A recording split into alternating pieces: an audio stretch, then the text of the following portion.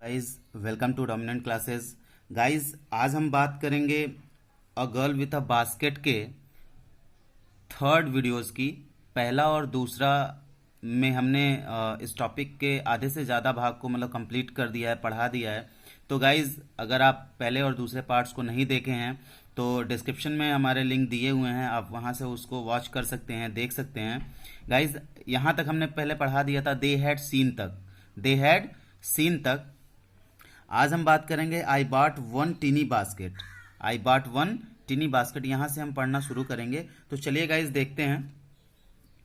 देखिए क्या कह रहा है, I bought one tiny basket for a few annas. यानी कि वो कह रहा है कि मैंने कुछ आने में एक छोटी सी टोकरी खरीदी, मैंने कुछ आने में एक छोटी सी टोकरी खरीदी। Another fruit basket for a bit मोर।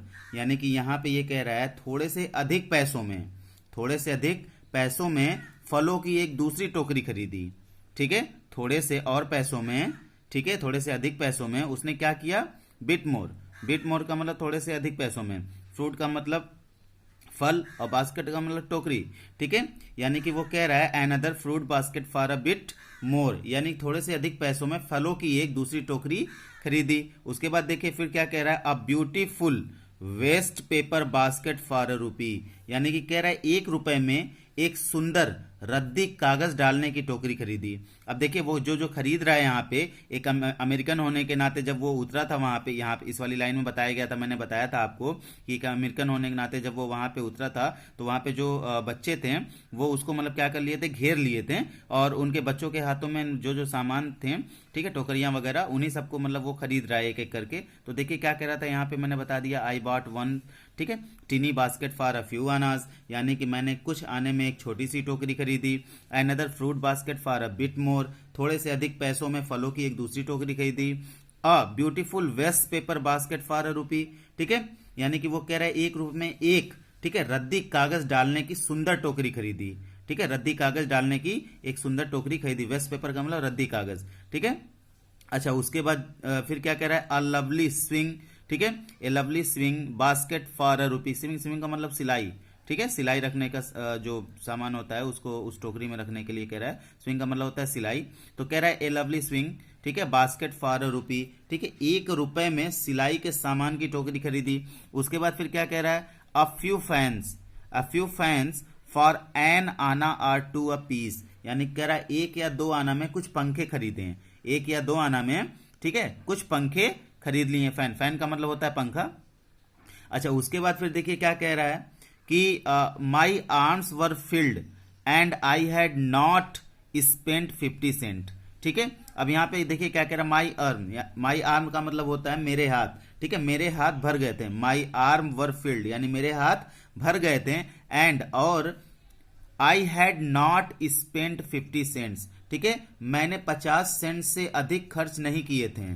ठीक है, वो कह रहा है कि मेरे जो पैसे खर्च हुए थे वो 50 सेंट से अधिक खर्च नहीं हुए थे।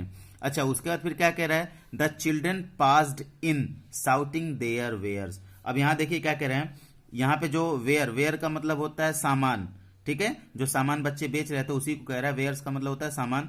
तो क्या कह रहा है, the children passed in shouting their wares. ठीक है, बच्चे अपने सामान को जोर जोर से आवाज लगाते हुए क्या कर रहे थे, घूम रहे थे या टहल रहे थे। ठीक है, यानी कि वहां पे गुजर रहे थे। पास का मतलब होता है गुजरना। ठीक है, बच्चे अपने सामान के साथ जोर जोर से आवाज लगा के गुजर रहे थे पास से उसके। अच्छा उसके बाद फिर देखो क्या कह रहा है कि आई वॉज अ प्रिंजर। गाइज यहां से आपका जो टॉपिक है वो मोस्ट इंपॉर्टेंट है, इसको जरूर आप अच्छे समझिएगा। ठीक है, तो देखिए हम क्या क्या कह रहे हैं यहाँ पे, आई वॉज अ, ठीक है, prisoner, I was a prisoner. Prisoner का मतलब होता है बंदी या कैदी। ठीक है, प्रिजनर का मतलब होता है बंदी या कैदी। तो क्या कह रहा है, आई वॉज अ प्रिजनर, ठीक है, completely surrounded unable to move. Completely, completely का मतलब पूरा, ठीक है, सराउंडेड का मतलब होता है घिरा हुआ, सराउंडेड का मतलब घिरा हुआ, अनेबल का मतलब असमर्थ। यानी कि कह रहा है I was a prisoner completely surrounded unable to move. मैं चारों ओर से घिरा आगे बढ़ने में असमर्थ एक कैदी बन गया था। ठीक है, वो कह रहा है कि मैं चारों तरफ से उन बच्चों से क्या हो गया था, घिर गया था, और मैं आगे बढ़ने के लायक नहीं था, क्योंकि बच्चों ने मुझे क्या कर लिया था, घेर लिया था। ठीक है, मैं आगे बढ़ने में क्या था, मूव यानी कि वहां से हटने में या आगे बढ़ने में असमर्थ था। उसके बाद फिर देखिए क्या कह रहा है, द मोस्ट डिलीगेंट। डिलीगेंट का मतलब होता है मेहनती या परिश्रमी। ठीक है, द मोस्ट डिलीगेंट। अग्रेसिव का मतलब होता है आक्रामक। उसके बाद फिर क्या कह रहा है, वेंडर का मतलब होता है विक्रेता।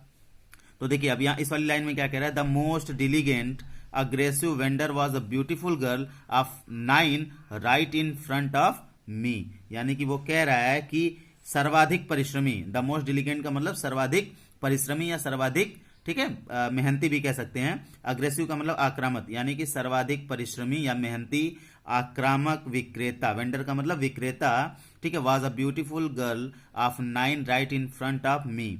यानी कि विक्रेता 9 साल की एक सुंदर लड़की थी जो मेरे सामने खड़ी थी, फिर से सुन लीजिए इसको गाइज यहां से। The most diligent aggressive vendor was a beautiful girl of 9 right in front of me. यानी कि सर्वाधिक मेहनती आक्रामक विक्रेता, ठीक है, 9 साल की एक सुंदर लड़की थी जो मेरे सामने क्या थी, खड़ी थी। उसके बाद फिर देखिए यहां पे क्या कह रहा है, she had a lovely basket with handle. उसके पास, ठीक है, हत्थे वाली एक सुंदर टोकरी थी। हैंडल का मतलब होता है हत्था। ठीक है, उसके पास, उस लड़की के पास, ठीक है, हैंडल वाली एक सुंदर क्या थी, टोकरी थी। And C wanted a rupee and a half for it or about 30 cents. ठीक है, और उसके लिए वह 1.5 रुपए या लगभग 30 सेंट चाहती थी। चाहती थी। अ रूपी एंड हाफ, यहां पे जो लिखा हुआ है कि अ रूपी, ठीक है guys, a rupee and a half का मतलब होता है 1.5 रुपया। क्या होता है, 1.5 रुपए। वो क्या चाहती थी, सी wanted a rupee and a half for it or about 30 cents. यानी कि वो कह रहा है कि और उसके लिए वह, यानी कि उस बास्केट के लिए वह 1.5 रुपए या लगभग 30 सेंट चाहती थी। या तो 1.5 रुपए मिल जाए या तो 30 सेंट मिल जाए। ठीक है, 30 सेंट को ही 1.5 रुपए लगभग होता था। तो वहां पे कह रही है कि मतलब लगभग 1.5 रुपए या 30 सेंट चाहती थी। उसके बाद देखिए क्या कह रही है, मतलब सी वॉज एन अर्नेस्ट प्लीडर। ठीक है, यहां पे जो अर्नेस्ट प्लीडर यहां पे जो है, इसका मतलब होता है गंभीर बात करने वाली। ठीक है, वह एक, ठीक है, बहुत गंभीर बात करने वाली लड़की थी। जो वो वेंडर थी यानी विक्रेता थी, वो कैसी थी, बहुत ही गंभीर बात करने वाली लड़की थी। अच्छा, there were tears in her eyes. उसकी आंखों में आंसू थे। टीयर्स का मतलब होता है आंसू। उसकी आंखों में क्या थे, आंसू थे। She pleaded. अच्छा, अब देखिए यहां पे she pleaded and begged in tones that would ring any heart. यहां पे देखिए जो रिंग एनी हर्ट है, इसका मतलब होता है हृदय परिवर्तन। क्या होता है, रिंग एनी हर्ट का मतलब हृदय परिवर्तन। अच्छा, उसके बाद प्लीडेड का मतलब यहां पे जो दिया हुआ, प्लीडेड का मतलब होता है वकालत। ठीक है, वकालत या आग्रह करना। ठीक है, वकालत करना या आग्रह करना। और बेग्ड का मतलब होता है मांगना। उसका देखिए क्या कह रही है, she pleaded and begged in tones that would ring any heart. यानी कि वो कह रही है, वो कह रहा है, राइटर जो कह रहे हैं, क्या कह रहे हैं, वह बहुत आग्रह की। ठीक है, और उसके स्वर में ऐसी करुणा यानी कि टोन्स, ऐसे स्वर में उसने बोला, ऐसी करुणा थी जो किसी भी दिल को क्या कर दे, झकझोर दे, या किसी भी दिल को हृदय परिवर्तन करने पे मजबूर कर दे। ठीक है, फिर से एक बार सुन लीजिए, she pleaded and begged in tones that would ring any heart. यानी कि कह रहे वह बहुत आग्रह की और उसके स्वर में ऐसी करुणा थी जो किसी भी दिल को झकझोर दे। गाइस, आई होप आपको समझ में आ रहा होगा। आगे देखते हैं क्या कह रहा है कि माई आर्म्स वर फुल। मेरे हाथ भरे हुए थे। I had no room. मेरे पास कोई जगह नहीं थी। Let alone any need. ठीक है, let alone any need for another basket. यानी कि किसी भी जरूरत के साथ एक और टोकरी के लिए। यानी कि वो कह रहा है, फिर से सुन लीजिए, माई से लेके और बास्केट तक। My arms were full, I had no room, let alone any need for another basket. मेरे हाथ भरे हुए थे, मेरे पास कोई जगह नहीं थी किसी भी जरूरत के साथ एक और टोकरी लेने के लिए। यानी कि अपनी जरूरत की हम सारी चीजें ले चुके थे। उसके बाद क्या कह रहा है, balancing my baskets and fans on my left arm. यानी कि अपने, वो कह रहा है बैलेंसिंग, बैलेंसिंग का मतलब संभाल कर, ठीक है। वो कह रहा है कि balancing my basket and fans on my left arm, यानी कि अपने बाएं हाथ पर टोकरियां और पंखों को संभाल कर, अपने बाएं हाथ पर टोकरियां और पंखों को संभाल कर। अब देखिए यहां पे क्या कह रहा है, I reached in to my right coat pocket and got a handful of change. यानी कि वो कह रहा है, मैंने अपने सीधे हाथ वाले कोट की जेब में हाथ डालकर थोड़ी सी रसगारी निकाली। थोड़ी सी रसगारी, जो मतलब छुट्टे पैसे होते हैं उसको रसगारी भी कहते हैं। तो कह रहे हैं कि मतलब मैंने अपने सीधे हाथ वाले कोट की जेब में हाथ डालकर थोड़ी सी, ठीक है, छुट्टे पैसे, यानी थोड़े से छुट्टे पैसे निकालें। अच्छा, परहैप्स का मतलब होता है शायद, परहैप्स का मतलब शायद। तो परहैप्स 15 सेंट्स इन ऑल, यानी कि वो कह रहे हैं शायद मिलाकर 15 सेंट से, यानी कि जो पैसे वो निकाले थे वो शायद कितने थे, लगभग 15 सेंट्स थे, ठीक है। अच्छा, उसके बाद फिर देखिए क्या कह रहा है, which I deposited in the basket, which I deposited in the basket that the young girl held imploringly before me. ठीक है, यहां पे देखिए डिपॉजिटेड का मतलब होता है जमा किया या दे दिया, जमा करना या दे देना। और यहां पे देखिए क्या कह रहा है, इम्प्लोरिंगली मतलब उत्साहपूर्वक, या फिर प्रार्थना भी कर सकते हैं, ठीक है, उत्साहपूर्वक, इसका मतलब क्या कह रहा है, उत्साहपूर्वक। अब देखिए यहां पे मैं आपको फिर से बता दे रहा हूं, I deposited in the basket that the young girl held imploringly before me, यानी कि जो मैंने उस टोकरी में रख दी, यानी कि जो शायद 15 सेंट जो यहाँ पे मिले हुए थे, शायद 15 सेंट थे वो, ठीक है, मैंने उस टोकरी में रख दी जिसे उस लड़की ने मेरे सामने उत्साहपूर्वक पकड़े हुए थी। यानी कि जो लड़की उसके सामने टोकरी लेके मतलब वो खड़ी थी, उसकी टोकरी में उन्होंने, ठीक है, रख दी। राइटर जो थे उत्साहपूर्वक जो लड़की वहां पे खड़ी थी टोकरी लेके कि मतलब ये मेरे बास्केट को खरीद लेंगे, ठीक है, उस टोकरी में मतलब उन्होंने क्या किया, फिर से सुन लीजिए इसको, आई डिपॉजिटेड इन द बास्केट, यानी कि जो मैंने उस टोकरी में रख दी, डेट, ठीक है, जिसे the young girl held imploringly before me, जिसे उस लड़की ने मेरे सामने उत्साहपूर्वक पकड़े हुए थी। अच्छा, उसके बाद फिर देखिए, I tried to explain that I could not buy the basket, ठीक है, मैंने यह समझाने का प्रयत्न किया, मैंने, I tried to explain, tried का मतलब कोशिश करना या प्रयत्न करना, और एक्सप्लेन का मतलब समझाना, यानी कि उसको बताना। आई ट्राइड टू एक्सप्लेन, मैंने यह समझाने का प्रयास किया, डैट की, ठीक है, आई could not buy the basket, मैं टोकरी नहीं खरीद सकता हूं, मैं टोकरी नहीं खरीद सकता हूं।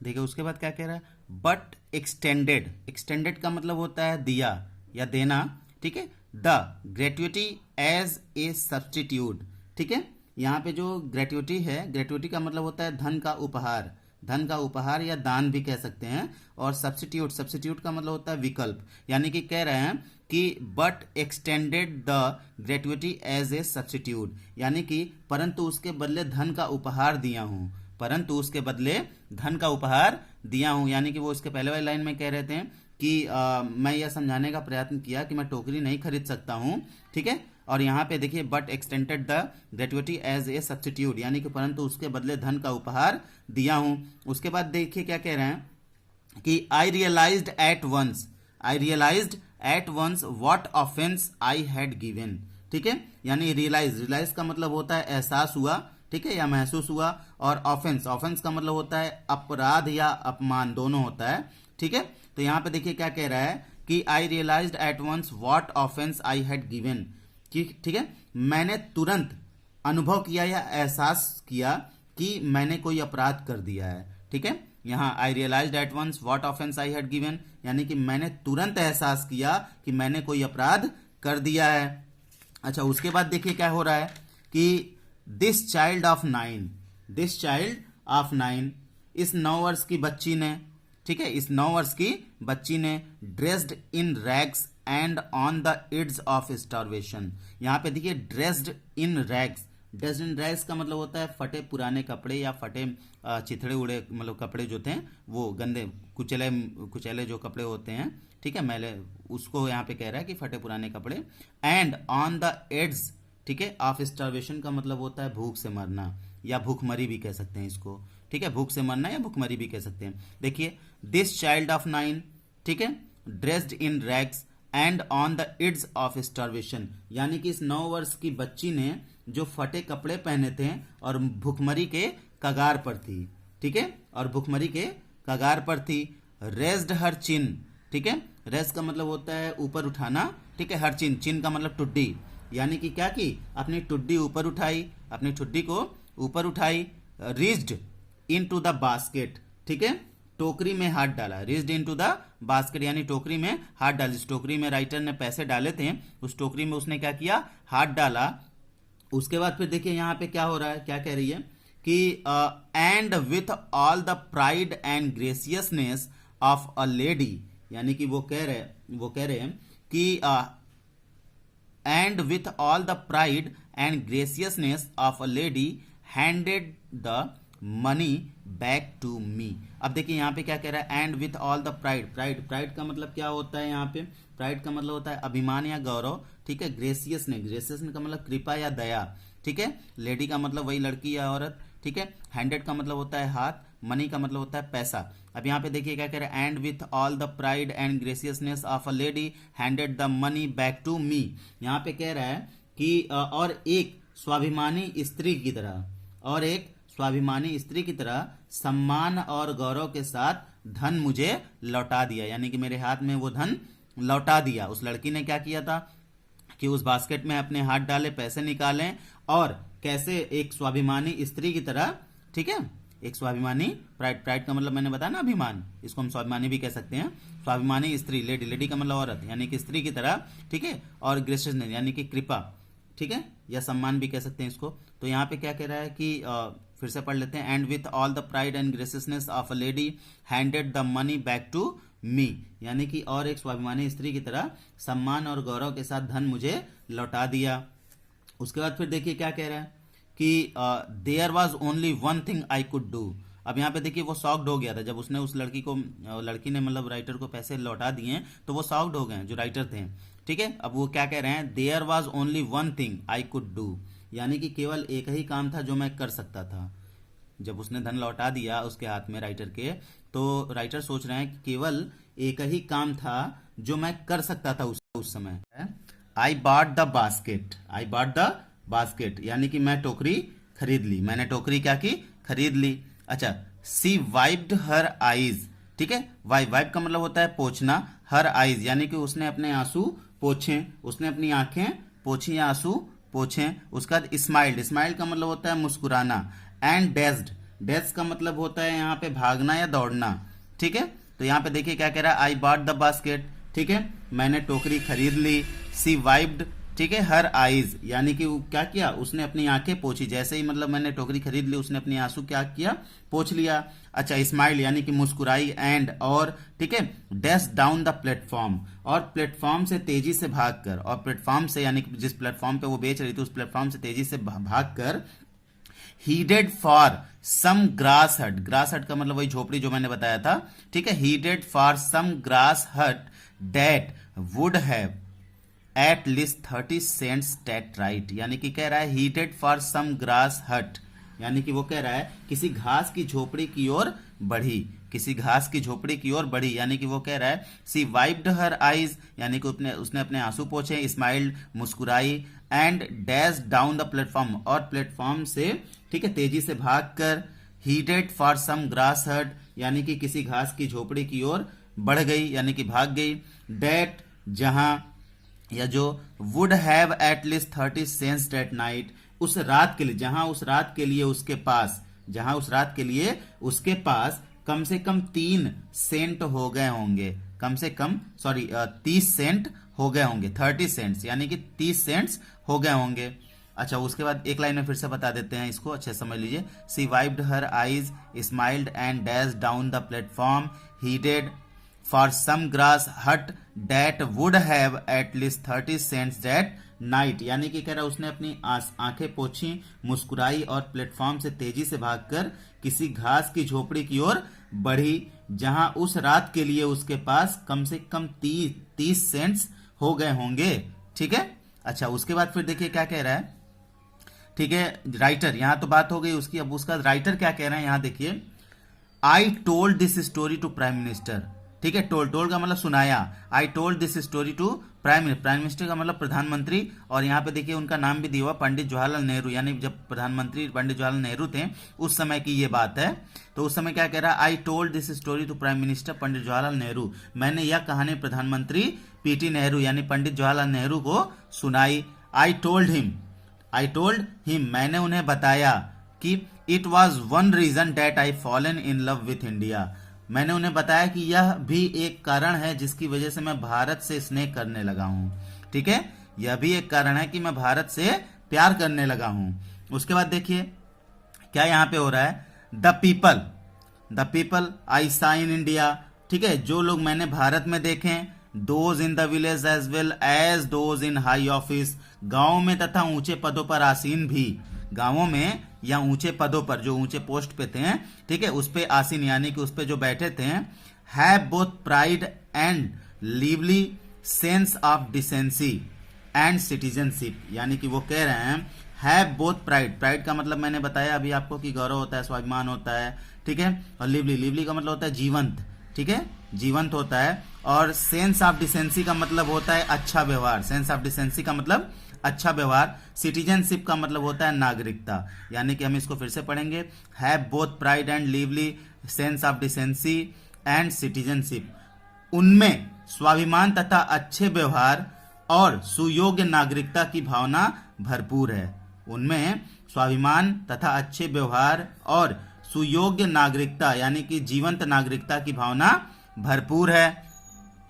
उसके बाद फिर देखिए क्या हो रहा है। They also have a passion for independence, उनमें स्वतंत्रता के लिए तीव्र लालसा भी है, उनमें स्वतंत्रता के लिए तीव्र लालसा भी है। यहाँ पे पैशन का मतलब होता है दृढ़ इच्छा या तीव्र लालसा। ठीक है, इंडिपेंडेंस का मतलब होता है स्वतंत्रता, उनमें ठीक है स्वतंत्रता के लिए तीव्र लालसा भी है या दृढ़ इच्छा भी है। उसके बाद फिर देखिए क्या, दिस ब्यूटीफुल चाइल्ड, ठीक है, इस सुंदर बच्ची ने, बोर्न इन स्क्वेलर एंड पोवर्टी, ठीक है, बोर्न इन स्क्वेलर एंड पोवर्टी। स्क्वेलर का मतलब होता है गंदा वातावरण, पोवर्टी का मतलब होता है निर्धनता या गरीबी, यानी कि वो कह रही है सुंदर बच्ची ने, ठीक है, जो गंदगी और गरीबी में पली बड़ी थी। अनएजुकेटेड का मतलब होता है अशिक्षित, uneducated in both grammar and manners, ठीक है, यानी कि वो कह रहे जिसे भाषा और व्यवहार की किसी स्कूल में कोई शिक्षा नहीं मिली थी, यानी कि उसके कहने का सेंस ये है जो अशिक्षित थी किससे, भाषा और व्यवहार से। Had given me a glimpse of the warm soul of India, glimpse का मतलब होता है यहाँ पे झलक, ठीक है, और वार्म सोल का मतलब होता है प्रधान आत्मा, वार्म सोल का मतलब होता है प्रधान आत्मा, यानी कि had given me a glimpse of the warm soul of India, मुझे भारत की गहन भावना प्रधान आत्मा की एक झलक दिखा दी है। तो गाइज आई होप यहाँ पे आपका चैप्टर खत्म होता है। आई होप कि आपको ये वीडियोस अच्छी लगी होगी, और इसके पहले अगर मान लीजिए आपने फर्स्ट और सेकंड वीडियोस नहीं देखा है तो डिस्क्रिप्शन में लिंक दिए हुए हैं, आप जाके उसको देखिए। और गाइज आपसे एक रिक्वेस्ट है कि हमारे वीडियोस अगर अच्छी लगे हों तो आप इसको ज़्यादा से ज़्यादा लाइक करें, शेयर करें, सब्सक्राइब करें, और आपके जो भी डाउट्स हों किसी भी चैप्टर से आप हमको लिख के भेजें कमेंट्स बॉक्स में, हम उसका सोल्यूशन तुरंत का तुरंत देंगे। तब तक के लिए have a nice time, good day.